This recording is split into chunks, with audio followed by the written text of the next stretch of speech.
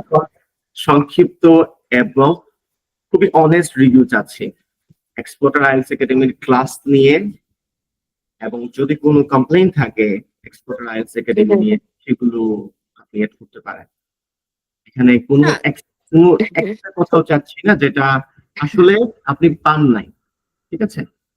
আমাদের ক্লাস করে, আমার ক্লাস করে, আমাদের স্পিকিং ক্লাব যা কিছু পেয়েছেন একটা অনেস্ট রিভিউ দিলে ভালো হবে। কারণ আপনার এই ভিডিওটা আমি শেয়ার করব ফেসবুকে, যদি আপনার প্রবলেম না থাকে কেউ সেটা দেখে আমাদের ক্লাস সম্পর্কে একটা ভালো ধারণা নিতে পারে। জি ভাইয়া, আমি আসলে এটা অনেকদিন ধরেই ভাবছিলাম যে আমি ভিডিও করব, কিন্তু আমি আসলে কি বলবো, কিভাবে সাজায় বলবো, যেহেতু সবাই দিচ্ছে।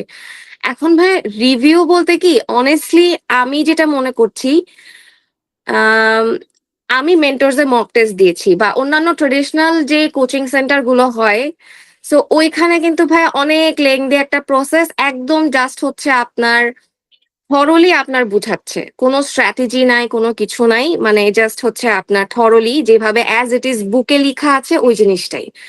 সো এক্সপ্লোরারে আমি এসে আলহামদুলিল্লাহ আমি যেটা বুঝতে পারলাম যে আসলে ওয়ান টু ওয়ান যে কানেকশনটা, এটা আসলে একটা ম্যাসিভ ইমপ্রুভমেন্টের ব্যাপার।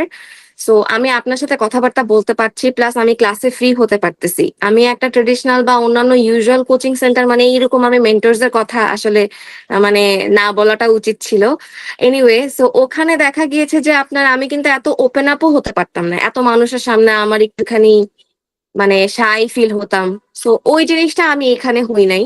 এন্ড আমার কনফিডেন্স লেভেলটাও আল্লাহর রহমতে অনেক বেড়েছে, যার কারণে আমার স্পিকিং থেকে শুরু করে লিসেনিং অ্যান্ড রিডিংটাও আমার অনেক ইমপ্রুভড হচ্ছে।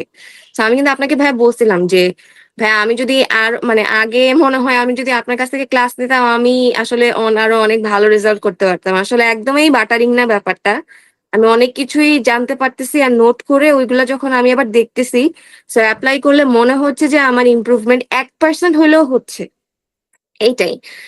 আর আর ভাইয়া কি বলবো, মানে সাজেশন ভাইয়া ওইটাই হচ্ছে যে আপনি একা একা সবকিছু সামলাচ্ছেন এটা মনে হয়। তো অনেক সময় আপনার উপর প্রেশার হয়ে যায়, দেখা যায় যে এই জিনিসটা আমরা তখন ক্লাসের মধ্যে বুঝি যে আপনি আসলে স্ট্রেসড। তো দেখা যায় যে আমরাও আপনার সাথে ওই জিনিসটা দিয়ে মানে মানায় নিচ্ছি আর কি। সো এটা হইতেই পারে ভাই, এটা আসলে কোনো ব্যাপার নেই, এটা কোনো কমপ্লেইন্স না। জাস্ট হচ্ছে আপনি একা ওয়ান ম্যান আর্মি হিসেবে যতটুকু পারতেছেন।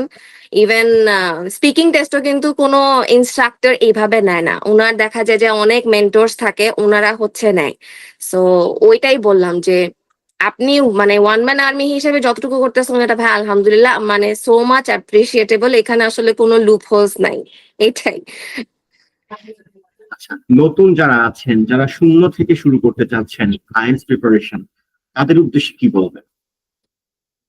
তাদের উদ্দেশ্যে বলতে চাই যে আসলে এক্সপ্লোরারকে মানে চোখ বন্ধ করে বিশ্বাস করতে পারে, বিকজ এখানে ভাইয়া শুধুমাত্র স্ট্র্যাটেজি নিয়ে কথা বলতেছে। এখানে এমন না যে হচ্ছে অন্য আদার কোনো কথা হচ্ছে, ভাইয়া খুব সুন্দর করে ইভেন পড়াশোনার বাদ দিয়েও যে একটা মানুষের পার্সোনাল বলে না যে ওই যে মেডিটেশন, যে ব্যাপারটা মেডিটেশন করা, এটা কিন্তু অন্য কোনো টিপিক্যাল কোনো ইয়াতে বলবে না। আপনি স্ট্রেস ফ্রি থাকেন না থাকেন, আপনাকে কিন্তু স্কোরের প্যারাটাই দিবে যে 7, 8, 9 এইসব কথাগুলো নিয়ে মার্কেটে আপনার প্রমোশন হচ্ছে। বাট ইনসাইড যে আপনি কিভাবে স্ট্রেস ফ্রি থাকা যাচ্ছে, স্ট্র্যাটেজি মেনটেন করতে হচ্ছে, অ্যাকুরেসিটা আসবে ধীরে ধীরে, ওই যে যেটা আপনি বলেন ক্লাসে যে প্রেসারের ওষুধের মতো, যেটা আস্তে আস্তে কাজ করবে। সো এইগুলা আসলে কেউ বলে না। এই জিনিসগুলো আমার কাছে মনে হয় যখন ইনসাইট তারা আসবে, শুনবে, জানবে, এন্ড দেল রিয়ালাইজ যে এটা আসলে কত সুন্দরভাবে কাজ করে। এটা একটা slow process, but you have to trust the process, because প্রসেসের মধ্যে গিয়ে গেলে খুব সুন্দরভাবে স্লোলি স্টেডিলি আসে, আর স্লো স্টেডি রেজাল্ট গুলাই খুব ভালো হয়। আচ্ছা, আপনি কি মনে করেন যে মানে আইএলটিএস প্রিপারেশন শুধুমাত্র মানে আমাদের ক্লাসের বাইরে প্র্যাকটিসে সীমাবদ্ধ? না, এটা আসলে কি, আমি যদি একটা উদাহরণ দিয়ে বলি স্পিকিং এর কথা, এটা ক্লাস আর ক্লাসের বাইরে বলতে এখন আপনাকে স্পিকিং তো অল অ্যারাউন্ড করতে হবে। মানে হচ্ছে আপনি ধরেন একটা কাজ করতেছেন, ফর ইনস্টেন্স কি বলবো, আপনি বাসে ট্রাভেল করতেছেন, সো আপনি একটা পডকাস্ট শুনতে পাচ্ছেন, সো আপনি ওই পডকাস্টের লাইনগুলো আপনি আবার রিপিট করলেন। এটা আসলে আপনি যতক্ষণ অ্যাক্টিভ ফিল করেন, যেমন আমি বলি আউট অফ দ্য বক্স কথা, আমি থালা বাসন ধুচ্ছি, আমি কিন্তু প্র্যাকটিস করতেছি স্পিকিং।